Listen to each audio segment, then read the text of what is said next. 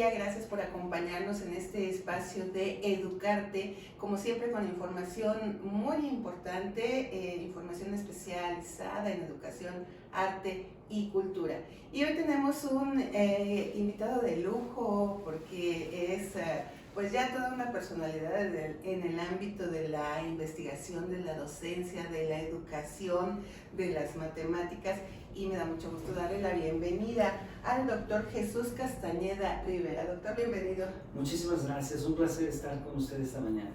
Muchas gracias pues por aceptar esta invitación. El doctor Jesús Castañeda ya ha participado con nosotros en algún otro espacio, pero bueno, vamos a recordar que él es director fundador del Centro de Investigación y Enseñanza de las Matemáticas, actualmente director de investigación en la Escuela Normal de las Huastecas. Bueno, tiene toda una trayectoria de profesión. Él es físico matemático por la Universidad Michoacana de San Nicolás de Hidalgo y aparte tiene maestría y doctorado en educación, lo que le ha permitido, doctor, pues desarrollar una interesante carrera en el ámbito de la educación, de la investigación, de la enseñanza de las matemáticas. Y bueno, pues en días previos, con la grata noticia de que fue acreedor al Premio Internacional Educa Latinoamérica 2024. Es un premio que otorga la Cámara Peruana de Desarrollo y Educación. Antes que nada, doctor, felicidades. Este es un reconocimiento importante a nivel internacional. Muchas gracias, pues me siento muy honrado justamente con este reconocimiento y muy agradecido de compartir con todo su auditorio en este espacio y poder platicar un poquito de ese trabajo que ha sido reconocido por este organismo internacional, a quien agradezco mucho la posibilidad de poder pensar en el trabajo que hemos venido realizando en los últimos 15 años y que está muy relacionado justamente a esta ambivalencia entre las matemáticas y la educación justamente. Sí, porque hablamos de matemáticas y pues no se diga, los estudiantes de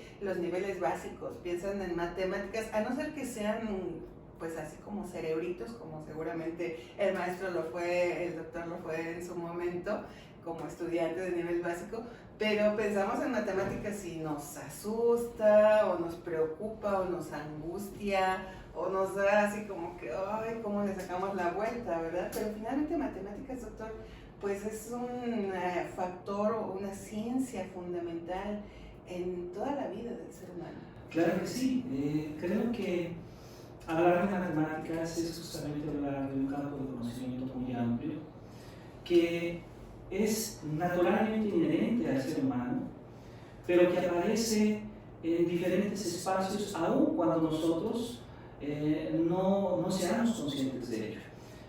Cuando vamos al centro comercial y hacemos algunas compras, aparecen las matemáticas. Cuando observamos la naturaleza, aparecen las matemáticas. Cuando nos enfrentamos, por ejemplo, a un problema de carácter social, de carácter personal, esos procesos de razonamiento están involucrados, el pensamiento matemático se involucra de manera importante en el desarrollar habilidades para esos procesos de resolución de problemas. Entonces, podemos decir que todo ser humano desarrolla un pensamiento matemático.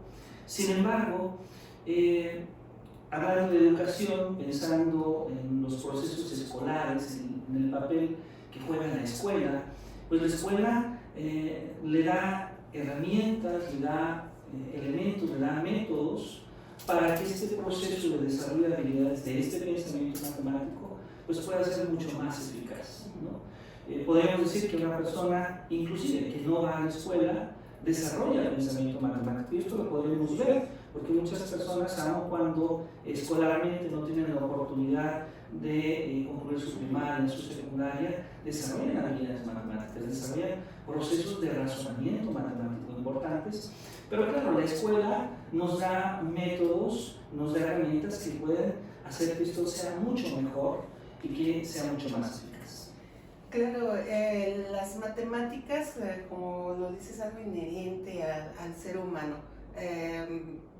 No hay quien se pueda evadir de las matemáticas, aun cuando alguien diga, voy a estudiar ciencias de la comunicación porque no se llevan matemáticas. Sí, hay matemáticas y sí hay mucho que pues utilizar de las matemáticas.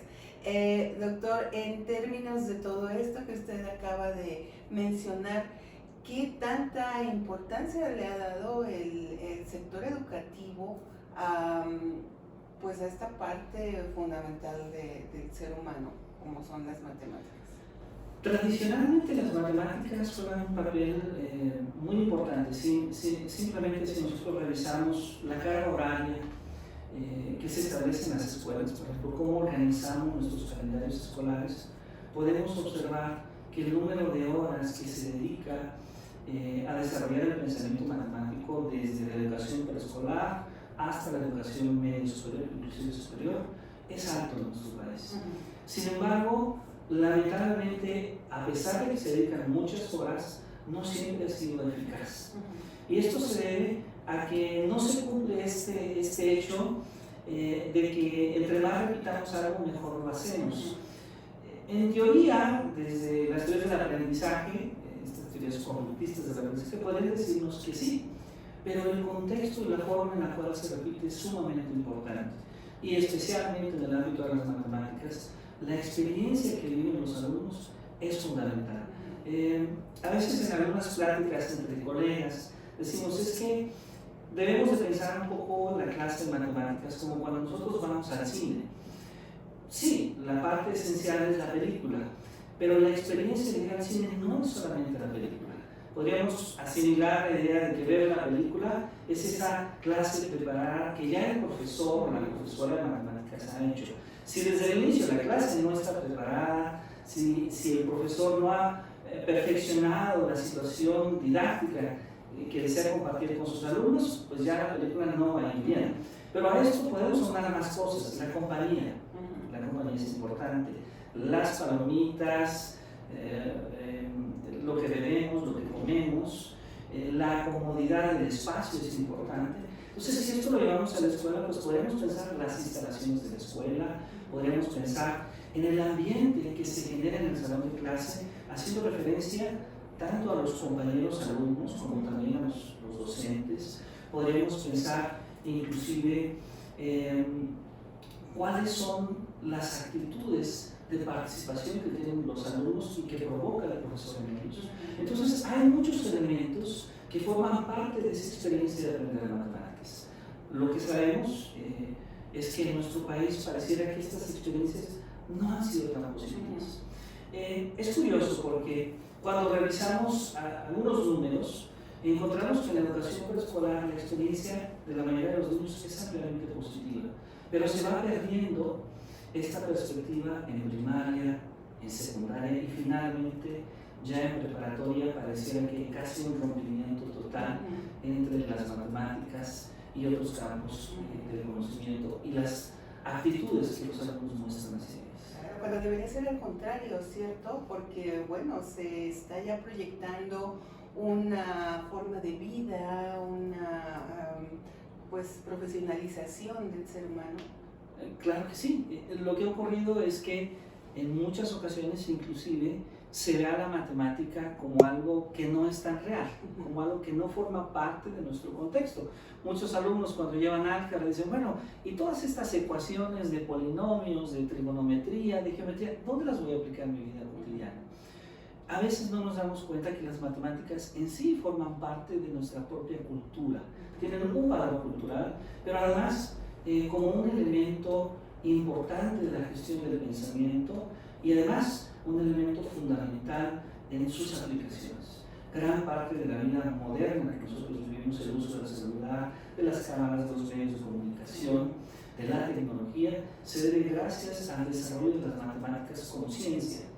Pero desde luego hace falta en nuestro país espacios donde se geste una mayor formación de profesores en la enseñanza de las matemáticas y me atrevería a decirlo, en la enseñanza de la ciencia en lo general. Esto nos hace mucha falta y creo que hace falta que los gobiernos estatales, municipales, federales, pues también pongan un poco más de su parte.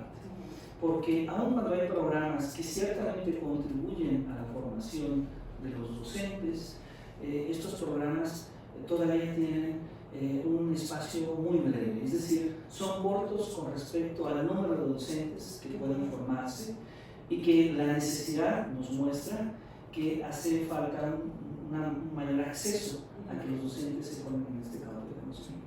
Y más aún siguen estando muy sujetos a sexenios, a administraciones políticamente hablando, ¿cierto?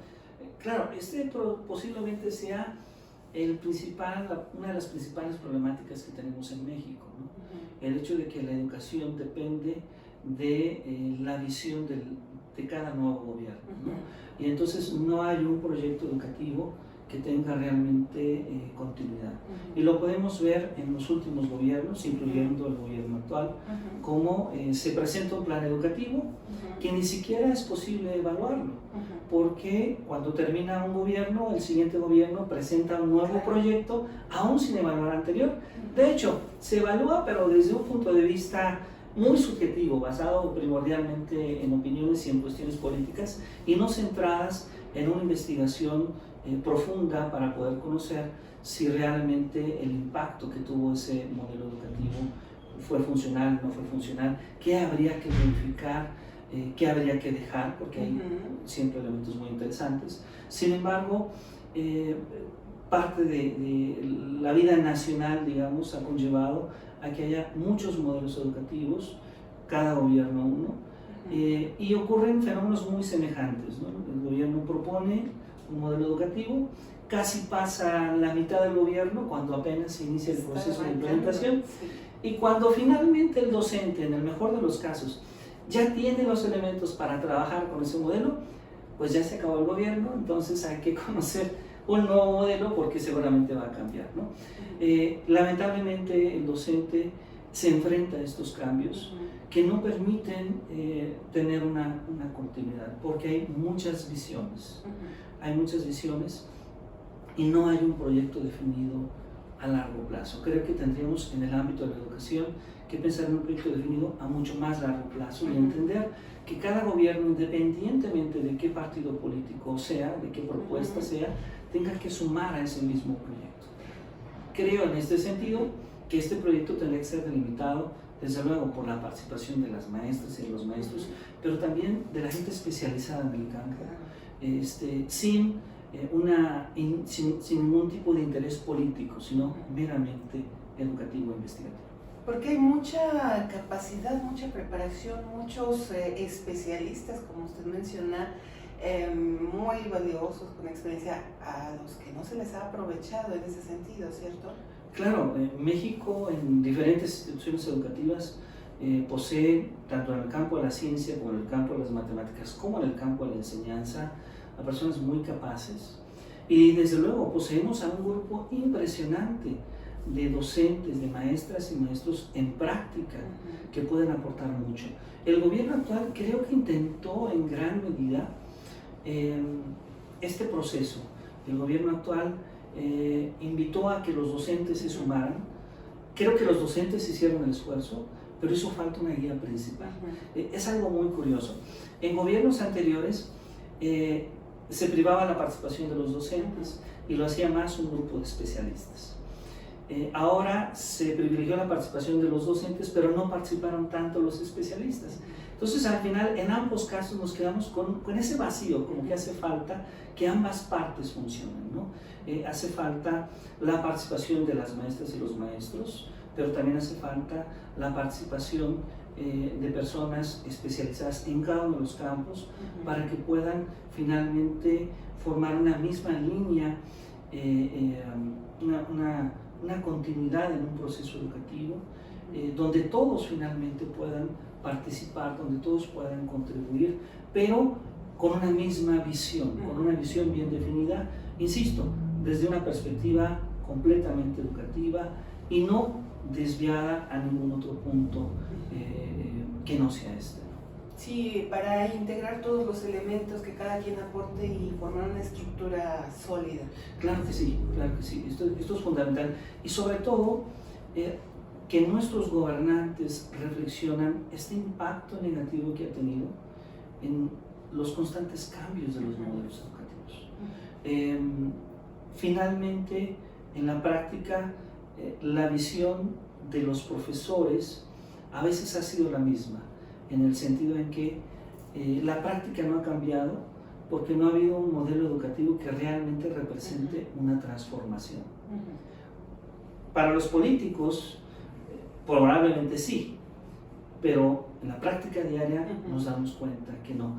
Y esto se debe a que muy probablemente el modelo, ese modelo con el que el profesor se formó, ese modelo tal vez que vino después de la formación, tal vez después ya en la práctica docente, es el modelo con el que el profesor conoce y que realmente utiliza en la práctica. Entonces, todo modelo educativo nos ha dejado también algunos aspectos positivos.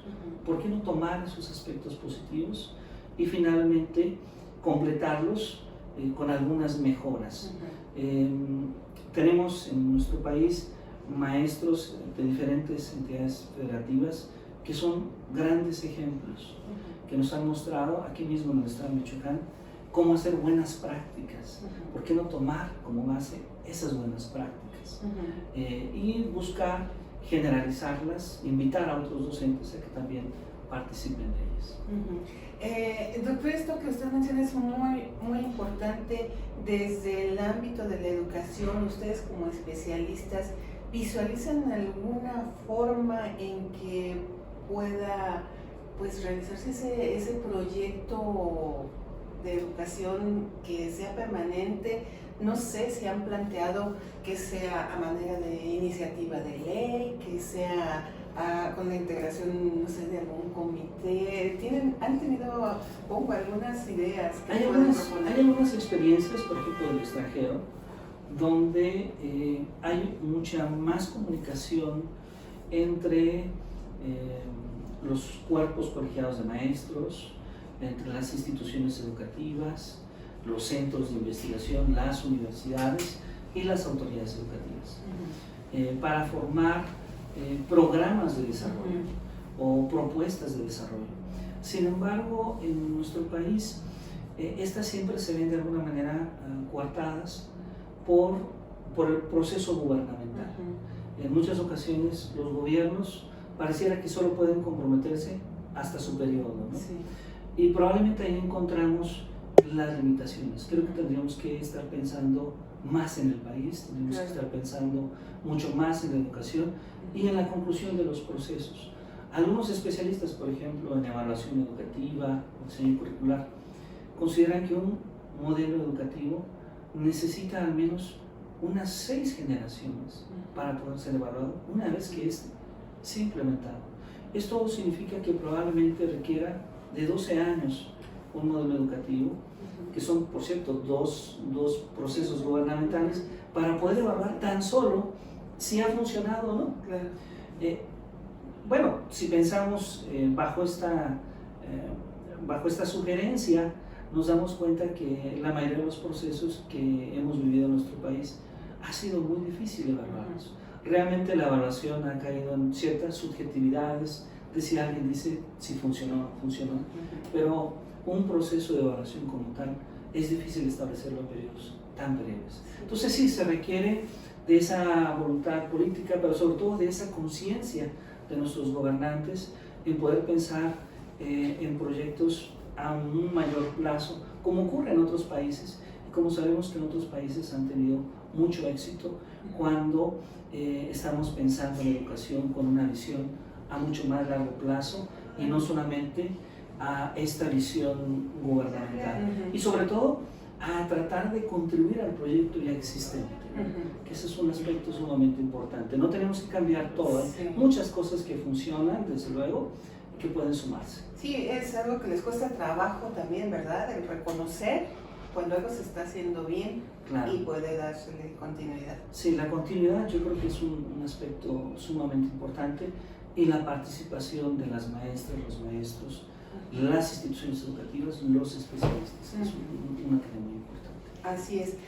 Doctor, la última vez que nos reunimos con usted para una plática, iba comenzando el ciclo escolar con este tan mencionado nuevo modelo educativo que que bueno, se nos presentó, se nos anuncia precisamente como ese proyecto ya educativo con una pues tendencia a quedarse, con muchos cuestionamientos, con muchos halagos también, hay que decirlo.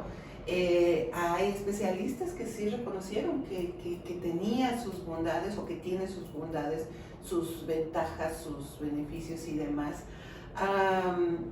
6-7 meses de que se implementó. Ustedes, expertos, especialistas, ¿cómo perciben que va funcionando, va dando resultado? Acaba de decirnos, se necesitan muchos años para hacer una evaluación como tal, pero bueno, ya hablemos de esta primera etapa de implementación de este modelo. Claro, el modelo educativo, lo que hemos llamado Nueva Escuela Mexicana, es un modelo muy interesante, es un modelo que tiene una visión mucho más incluyente. Y probablemente en esta perspectiva de inclusión, en esta perspectiva de tener una visión crítica que incorpore gran parte de las ideas sociales, gran parte de la interculturalidad, gran parte de el poder recuperar nuestras lenguas originarias, el poder tener esta visión tan interesante de lo social, donde nosotros nos incluimos en lo social, creo que ha sido sumamente positiva. Es decir, ahí encontramos uno de los elementos mejor evaluados en la propuesta educativa. Por otra parte, también se han encontrado algunos elementos que han sido criticados, particularmente la Sociedad Matemática Mexicana, como esta sociedad de especialistas en el campo de las matemáticas, ha hecho observaciones muy puntuales en la falta de contenido, en la falta de cierta profundidad sobre algunos conceptos matemáticos, sobre algunos temas de matemática. Y bueno, esto nosotros podemos verlo en los propios libros de texto. Es algo real. Sin embargo, para esto también hay una justificación que la propia autoridad educativa ha realizado, que tiene que ver con los propios proyectos que las maestras y los maestros van a emprender en el salón de clase. Este proyecto realmente depende en gran medida de su éxito de la labor que hacen las maestras y los maestros, porque como nunca antes las maestras y los maestros tienen mayor libertad para poder proponer situaciones, actividades, acciones en el salón de clase. Y eso es sumamente interesante porque muchas veces las maestras y los maestros buscábamos tener esa libertad para poder modificar un poquito el currículum, adecuarlo a nuestro contexto, a nuestra realidad, y esto nos permite la Nueva Escuela Mexicana. Esta es una parte sumamente positiva, pero esta dependencia de la labor de los maestros también representa un reto interesante, porque si las maestras y los maestros no nos comprometemos a innovar, si no nos comprometemos a participar más activamente en nuestra práctica docente, pues entonces posiblemente no logremos los objetivos que esperamos. Entonces, ¿qué estamos diciendo con esto? Que antes teníamos como una especie de guía establecida, inclusive para la propia enseñanza de las matemáticas, teníamos una serie de ejercicios que seguíamos y que de alguna manera sabíamos que si lográbamos toda esa línea de ejercicios, podríamos tener cierto nivel de éxito. Ahora no los tenemos. Ahora quien va a proponer esos ejercicios, además de los pocos que hay en los libros de texto, son las maestras y los maestros. Entonces, si las maestras y los maestros lo hacen, tendremos mucho éxito, pero si las maestras y los maestros no lo hacen, empezaremos justamente a ver resultados opuestos a lo que esperábamos, ¿no? Entonces, hay una libertad de las maestras y los maestros, pero también esto va a involucrar un compromiso importante para las maestras y los maestros. Observamos también que ha habido varios espacios de formación de las maestras y los maestros, probablemente no suficientes, y probablemente hemos observado que las autoridades han propuesto espacios muy amplios de participación. Por ejemplo, anteriormente los espacios de formación se daban a través de talleres, a través de seminarios, generalmente en grupos de trabajo más pequeños. Ahora observamos grandes reuniones. No sabemos cuál va a ser todavía el impacto en la formación de los maestros. No sabemos si estas reuniones tan amplias realmente van a ayudarnos a que las maestras y los maestros puedan apropiarse de las ideas esenciales del proyecto educativo y finalmente puedan trasladarlas a su práctica docente. La autoridad educativa asume el hecho de que así será, pero aún falta tiempo para poder evaluar si esto realmente está ocurriendo. Otro de los retos importantes es que en los procesos de formación actual observamos cada vez el mayor uso de las sesiones en línea, cosa que es muy importante, pero que nuevamente también representa un reto, porque la educación en línea es probablemente la educación donde hay una mayor deserción escolar. Y la educación en línea es también la educación donde hay a veces muchas más dificultades para comprender las ideas plasmadas, particularmente en estos procesos de formación. Entonces, todavía estamos en este proceso de implementación, pero como podemos observar, hay varios retos que seguramente las autoridades educativas en los estados, en la federación, tendrán que ir atendiendo. Lo cierto es, cuando nos referimos particularmente a los libros de texto, es que hay una menor, aparece en menor grado, en menor cantidad, la matemática, las matemáticas, la ciencia en lo general. Sin embargo, muchas de estas lecturas, de las que aparecen, también son muy interesantes, porque hay algunas lecturas que inclusive involucran en matemáticas de carácter más abstracto, cosa que ha gustado en una buena parte de la comunidad matemática, pero la preocupación se ha centrado sobre todo en las nociones básicas. Parte de la preocupación se centra en el hecho de que generalmente un niño requiere de cierto tiempo para lograr adquirir primero las habilidades de conteo, después la suma, la resta, la multiplicación, la división, y después aplicar estos conceptos, estos algoritmos a situaciones cotidianas. Parte de la preocupación de la comunidad matemática ha sido que pareciera que los libros de texto tienen poco contenido sobre este aspecto en específico.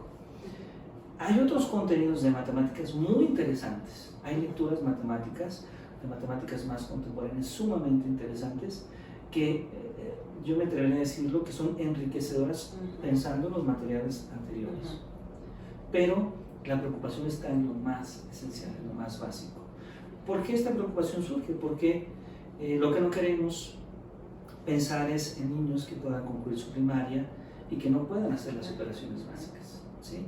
Ahora, aquí tenemos que recuperar la idea de que también no solamente hacer estas operaciones básicas es aprender matemáticas, ¿no? Aprender matemáticas involucra muchos más procesos. Por ejemplo, en efecto, poder realizar operaciones básicas para resolver problemas en su contexto es un elemento. Pero también, al resolver un problema, hacemos un proceso de razonamiento matemático. Y este proceso de razonamiento, este proceso cognitivo que experimentamos, probablemente es uno de los elementos fundamentales del pensamiento matemático o de la habilidad matemática, que está ligado a poder observar relaciones entre variables, entre objetos que el niño o el adolescente va conociendo.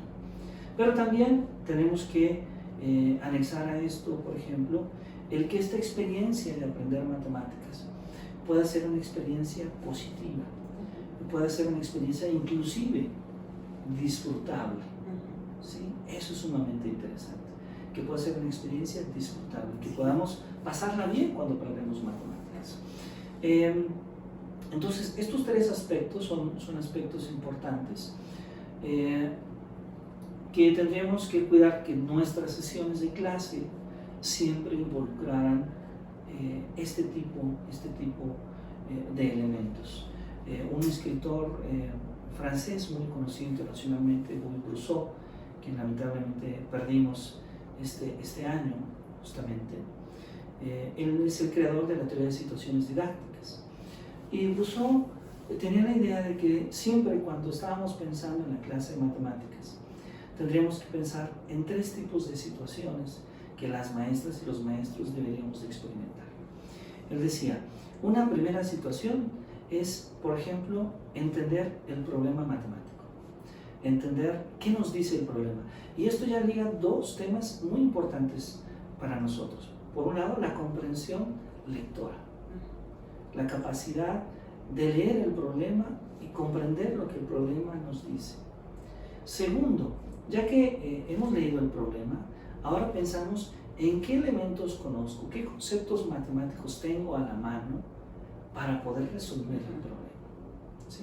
Es una situación de formulación, incluso. Después tenemos una situación de acción. Ya tengo el problema y, por cierto, en esta situación de acción es donde la mayoría de los maestros hacemos muchísimo énfasis. Y ahora sí, utilizo mi suma, utilizo mi multiplicación, utilizo mi raíz cuadrada, utilizo mi algoritmo de la división, utilizo alguna operación que ya conozco. Muchos maestros ponemos demasiado énfasis en la acción, es decir, muchas veces ponemos demasiado énfasis en que los alumnos puedan hacer operaciones matemáticas. Pero es muy interesante vincular las 2 cosas, porque en el primero es cómo identifico cuál es la operación matemática que necesito. Y después hay una tercera etapa, que son las situaciones de validación.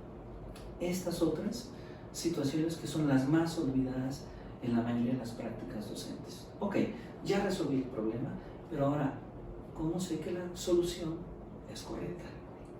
¿Cómo sé que el método que seguí es correcto? Inclusive, podría demostrar que esta situación es correcta. ¿Qué argumentos podría dar? Esta tercera parte involucra inclusive la capacidad de poder comunicar una idea matemática. Y la idea de demostración o la idea de prueba es sumamente importante porque está ligada a la idea de comunicar ideas, pero además de poder mostrar que tengo argumentos y pruebas o demostraciones o verificaciones para decirte que mi idea es correcta. Puedo decirte por qué mi idea es correcta. Entonces Brousseau nos dice, una buena clase de matemáticas debería tener siempre estos 3 tipos de situaciones, en un equilibrio. Una situación donde proponemos un problema, claro, un problema interesante para el alumno, una situación donde podemos hacer acciones sobre el problema y un tercer momento donde reflexionamos sobre este problema. Algo parecido, pero con otra conceptualización, también escribió por los años 50 George Poljan, un matemático húngaro, que es el creador de la teoría de resolución de problemas. Esta teoría de resolución de problemas matemáticos, que después se convirtió en una teoría que hoy en día en la educación es sumamente importante. Hemos escuchado mucho el método de resolución de problemas, hemos escuchado mucho la situación didáctica, pero la situación didáctica también surge en la enseñanza de las matemáticas con la teoría de Guy-Brousseau. Entonces, tendríamos que pensar en que las experiencias que vivimos con los alumnos siempre involucren elementos de este tipo. Y si no lo estamos haciendo ahora, que es una invitación a todas las maestras y maestros, pues es un momento de hacerlo, de incorporar, ¿no? De buscar que la clase de matemática pueda ser una clase que incorpore más procesos de reflexión, más procesos de conexión con el mundo, con la realidad, ¿sí? Y que nos demos cuenta que los conceptos matemáticos nos ayudan justamente para conocer esa realidad. Inclusive son herramientas sumamente útiles para tomar decisiones sobre la realidad que vivimos. Y creo que ahí la matemática, la enseñanza de la matemática puede fortalecerse. Ahora, esto es independiente de los materiales educativos, esto es independiente de los libros de texto, que los libros de texto tienen una visión, cuando hablamos de matemáticas, basada en una propuesta que hoy en día llamamos STEAM. Es una metodología contemporánea, hace 2 o 3 décadas, sobre la enseñanza de las matemáticas, y que, por cierto, esta metodología STEAM de alguna manera es como una evolución natural que tiene este método de Poljan de la resolución de problemas matemáticos, pero que ahora involucra elementos muy interesantes como es esta visión de la ingeniería, esta visión del uso de la tecnología, el relacionar la matemática con la naturaleza, que es sumamente importante. Entonces, la metodología propuesta creo que es muy interesante, pero, insisto, creo que hace falta fortalecer más la formación de las maestras y los maestros para que su práctica finalmente pueda ser exitosa. Fortalecerla y, bueno, como en la política, mencionaba usted, doctor, la conciencia y el compromiso por parte de los maestros. Claro que sí, sí. Gran parte del éxito de este proyecto depende de esto. Y verá, esto es interesante. Esto es interesante porque es bueno que el éxito de un modelo educativo se base en quienes forman parte central del modelo educativo, que son los maestros.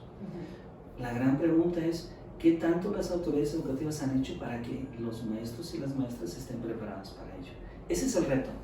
Y que, por cierto, se observa una buena disposición de las maestras y de los maestros. Entonces, ahora el compromiso cae en las autoridades educativas en generar los espacios para que las maestras y los maestros se formen y puedan hacer realmente una práctica enriquecedora. En hacer lo que les corresponde finalmente. Doctor, se nos acaba el tiempo. Yo quiero agradecerle, antes de concluir, nada más una última pregunta, hablando de esta cuestión de los gobiernos, de la política. Pues vienen elecciones, doctor, y todo pareciera indicar que hay una tendencia a la continuidad. Sin embargo, nada está escrito. Se advierte de un riesgo de que pues ahora sí que lo que está empezando recién se vuelva a truncar. Bueno, si no hubiese continuidad, siempre existe esa posibilidad, ¿no? Pero ojalá que cualquier línea de gobierno que se establezca pueda tomar este proyecto, retomarlo, tomar sus elementos positivos, reconocerlos, y si hace alguna modificación, llevarla a cabo para mejorarla, pero siempre buscando una misma línea de formación. Yo insistiría en que necesitamos un proyecto mucho más, una agenda de trabajo educativo mucho más a largo plazo. Es importante también impulsar las actividades extraescolares, paraescolares.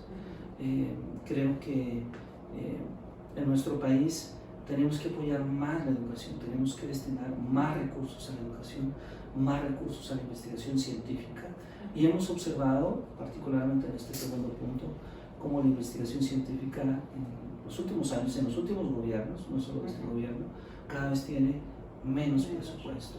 Y curiosamente, cuando pensamos en los países que están desarrollando una investigación científica exitosa, vemos cómo la tendencia es completamente opuesta. Es decir, se busca invertir, se busca apoyar la investigación científica. Entonces, bueno, un llamado que haríamos a nuestras autoridades sería justamente a ello, a crear más espacios para el apoyo de jóvenes, de estudiantes, de profesores, de investigadores. Sí, el reforzar el ámbito educativo de nuestro país que tan necesario está siendo, doctor. Claro que sí.